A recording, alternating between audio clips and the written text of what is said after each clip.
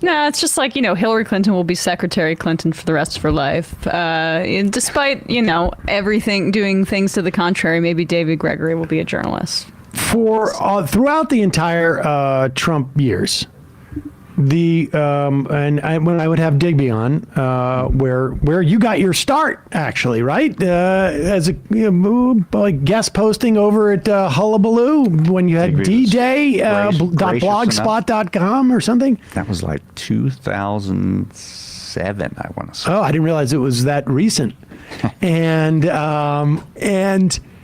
But one of the things that Digby and I talk about a lot during the Trump years is like, how quickly will the press revert to the mean of like, it's always the Democrats' fault.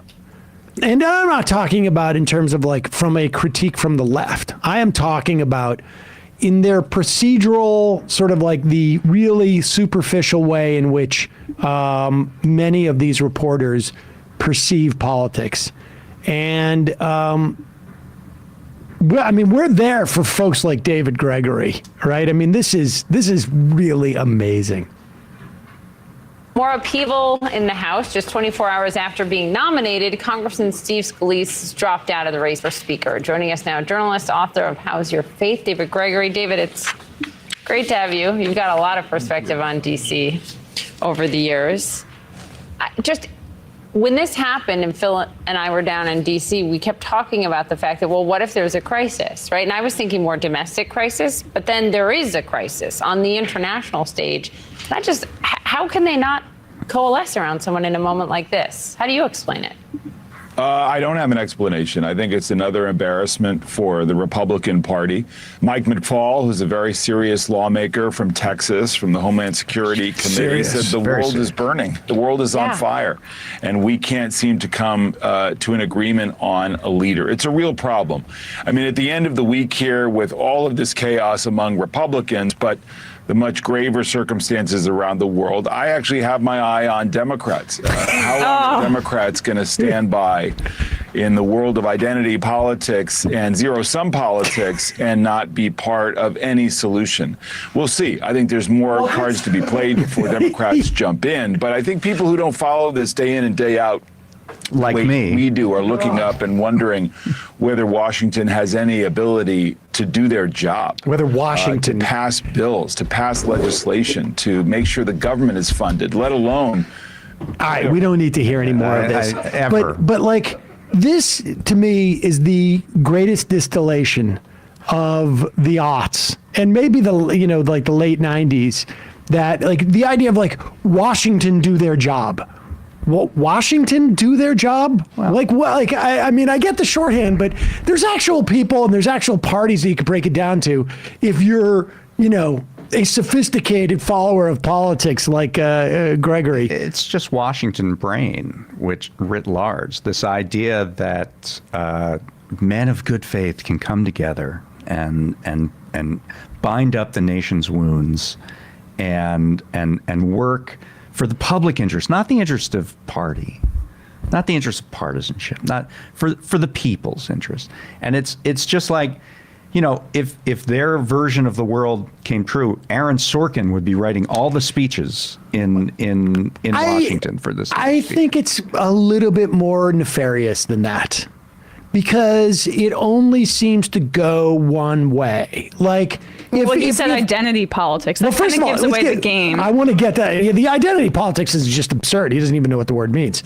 I mean, even in but not like Republicans and Democrats. Like if he really wanted to be Aaron Sorkin, he would have said, Kevin McCarthy missed a great opportunity, because Kevin McCarthy had the ability to say to the Democrats, I'm going to give you this procedural motion and you can do it all the time, and brought 4 or 5 or 10 over. In fact, I think we could have had 100 Democrats vote for Kevin McCarthy and bring this country together, right? Like, that's the Aaron Sorkin moment.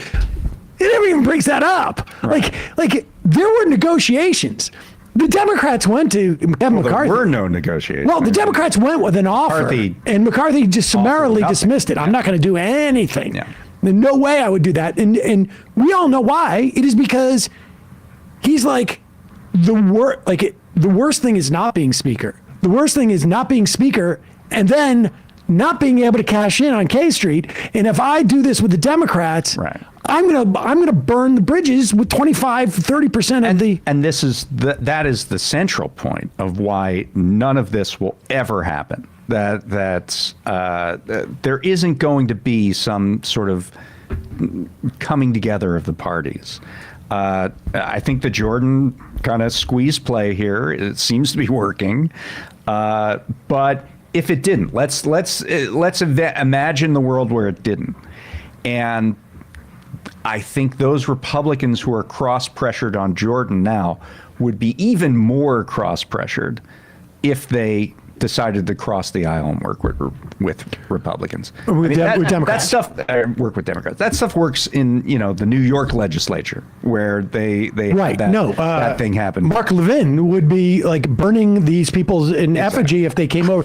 But they could also say, for instance, let's say this McHenry gets there's some talk Right. that what they would do is pass like a 15-day, because he's pro temp, he's acting essentially speaker, and the acting speaker has none of the authority that the actual speaker has by, I think, statute. And so the idea would be they make a resolution that says, okay, on these 6 discrete issues, the speaker pro tem can bring up a bill for a vote, and have it renewed every 15 days, is my understanding. Yeah.